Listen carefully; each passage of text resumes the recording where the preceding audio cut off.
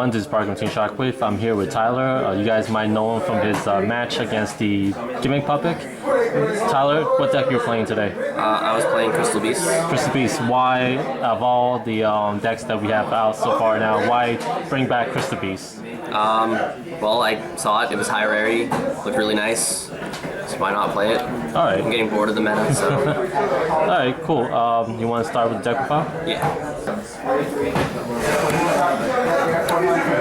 Those are the only Crystal Beast monsters I play. 3 of this because it's basically the Stratos of the deck, and 3 of this because it special summons them all from the Spell and Trap Zone. That's good for the combo. I play these so I can play Chidori and Ice Beast Zerofin, and this just because it can become big. Exactly. Like your top deck is. For the other monsters, I play Zephyros, 2 Summoner Monk, 2 Curry Bandit, and 2 Dark Simorgh. Summoner Monk, because the majority of them are level 4, and they all have coming into play abilities, like the Pegasus puts the one into the Spell and Trap Zone. Curry Bandits to dump the monsters in the graveyard for Crystal Blessing, allowing you to trigger the field spell and just go off. And Zephyros, because you can bounce them when they're in the Spell and Trap Zone to your hand, special summon Zephyros. And Dark Simorgh, because a lot of them are wind and dark.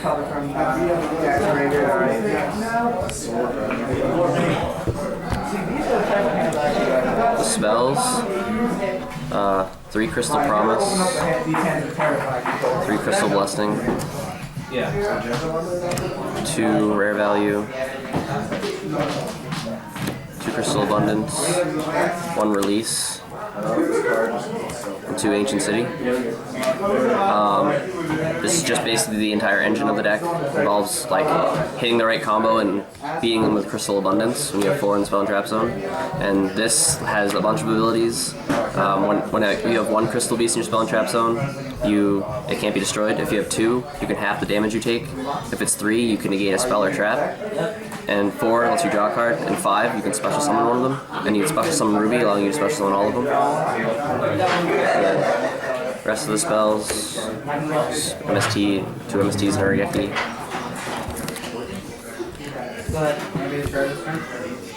The traps, 2D Prison, Solemn Warning, Solemn Scolding, Pinpoint Guard, Full House, Pulse, Torrential, Bottomless. I decided on playing this card today because I realized that the majority of my cards in my Spell and Trap Zone aren't set, so I can just use that as basically a judgment. Full House because there's face-up spells and traps, so I can use them to blow up some of their back row, considering the format's a bunch of back row. And Pinpoint Guard, so I can trigger Ruby or Pegasus when it's in the graveyard, allowing me to do plays for next turn. I think Robbie has the rest of my extra deck, but I currently have is that. This just to beat Call-Ops and the random Dirgia player. These because a lot of them are Beast and Wing Beasts, so I can destroy them, putting them in the Spell and Trap Zone, destroy one of their own cards instead of the Diamond Direwolf. Chidori because a lot of them are Wind, and Ice Beast because the Falcons and the Zephyros are Wing Beasts, and I have a lot of floaters in the field when they're in the Spell and Trap Zone, so it gets pretty big.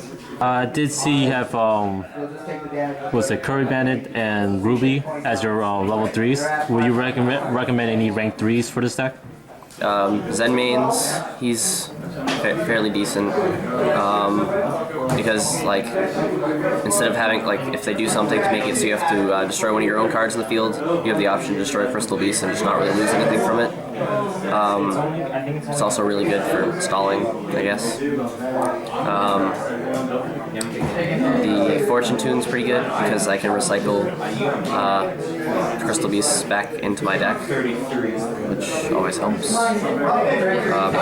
Because I go through them really fast. They tend to be in the all in the graveyard by like turn 2 or 3 if I open the right hand. And other than that, rank 3s aren't really necessary. I mean, it's not very often that you have 2 level 3s on the board because of the rank 4 like spam engine basically. Alright, so thank you again for the deck profile. Overall, what do you think of this deck after just your first try for the tournament scene? I drew a lot of hands that couldn't go off as hard, and like my opponents I was facing tended to have a lot of back row in the games, so I couldn't really go off as successfully. Like one game I only could get 3 in the spell and trap zone, so I couldn't use Abundance. Usually if you use Abundance, you tend to win the game because it sends all cards in the field to the graveyard, and then you just special summon a bunch of cards of your Crystal Beasts. But the times I did get to actually get to play the deck, like all through, I enjoyed it. It was a really surprisingly good deck, better than I thought it would be. Thank you again, Tyler, for the deck profile. This is Park from G Shockwave, signing out.